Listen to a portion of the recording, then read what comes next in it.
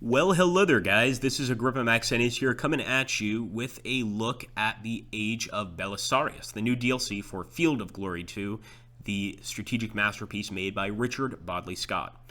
So this, of course, introduces the Byzantine Empire to the game, and we go a little further into the future with these new campaigns. Now, I want to actually take a look at the epic battles available in Age of Belisarius first. We also have, of course, quite a lot of interesting campaign battles. Now, I'm going to launch Age of Belisarius, and as you guys see, let's go ahead and jump into the mod itself for the epic battle specifically, and take a look at what we've got here to choose from. Quite a lot of different factions being added to the game, and I actually want to take a look at them. There are some new Persian armies, some late Persian armies, that look quite different and almost act a little differently than the original Persian armies.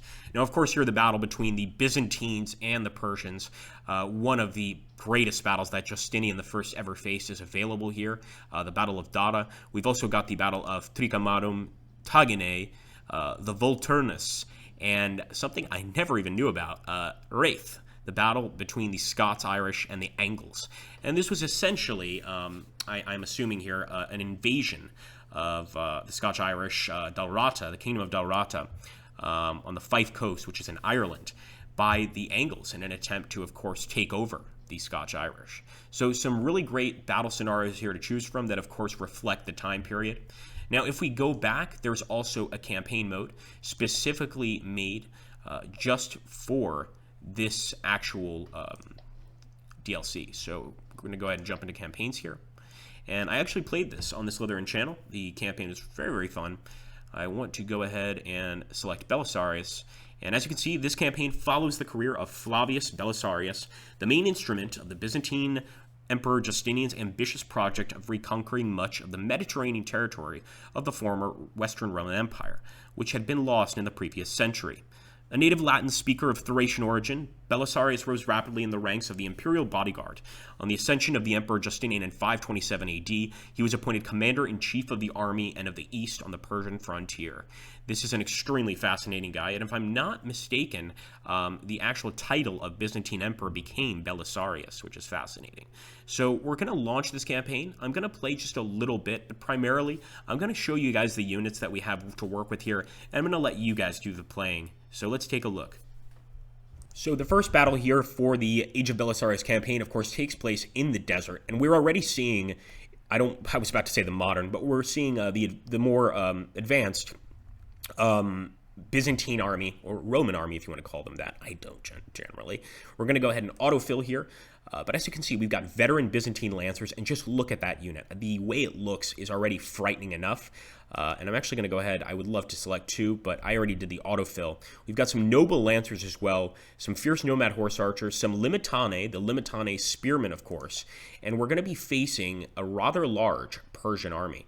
Now, in this particular first campaign battle, you can actually stay back and try and face the Persians from behind the parapets here, not the parapets, the trenches. And you can just see what these units look like. We've got some additional generals, but what I really want to focus on here is, of course, the Byzantine Lentais. Wow, sorry. This is why we should edit this video. The Byzantine Lancers, as well as the fierce nomad light horse archers, and a bunch of other units. Now, if we go to the new Persian army, we're about to take a look at what they have. And believe me that the upgraded Persian army, if you didn't think the Persians could get any better, you're absolutely wrong. So we're going to confirm.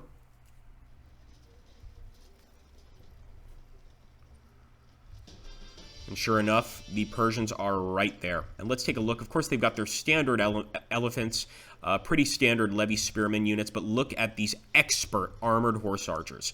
If you didn't think that the Persians could get any tougher, now we've got these expert armored horse archers that are heavily armored and extremely good with a bow.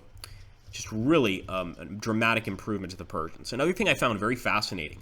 Did you guys remember those wicker shields that the Persians were so fond of a few centuries ago? It seems that they still more or less have them, but they've been slightly reinforced here on the top. We can see some sort of metallic reinforcement.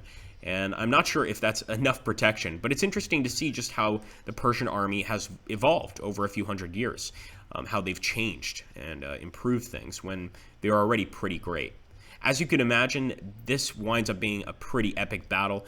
Once again, I actually played the entire battle on the Slytherin stream, but you start to notice how the Byzantines are actually relying a lot on horse archers. They might have learned from a lot of the opponents that eventually killed many of the Romans, the original Romans, like the Huns, etc. So maybe they're actually learning those tactics from there. But it could also be the fact that we start off in a sort of desert environment, and on this desert environment, horse archers are the key. If you guys are wondering about army lists, of course, there are a bunch of new army lists for the Byzantines, the Persians, as well as the Scots and the Angles. And a few other factions as well that I'm going to put the link down below to the actual Steam page, which you can take a look at and see.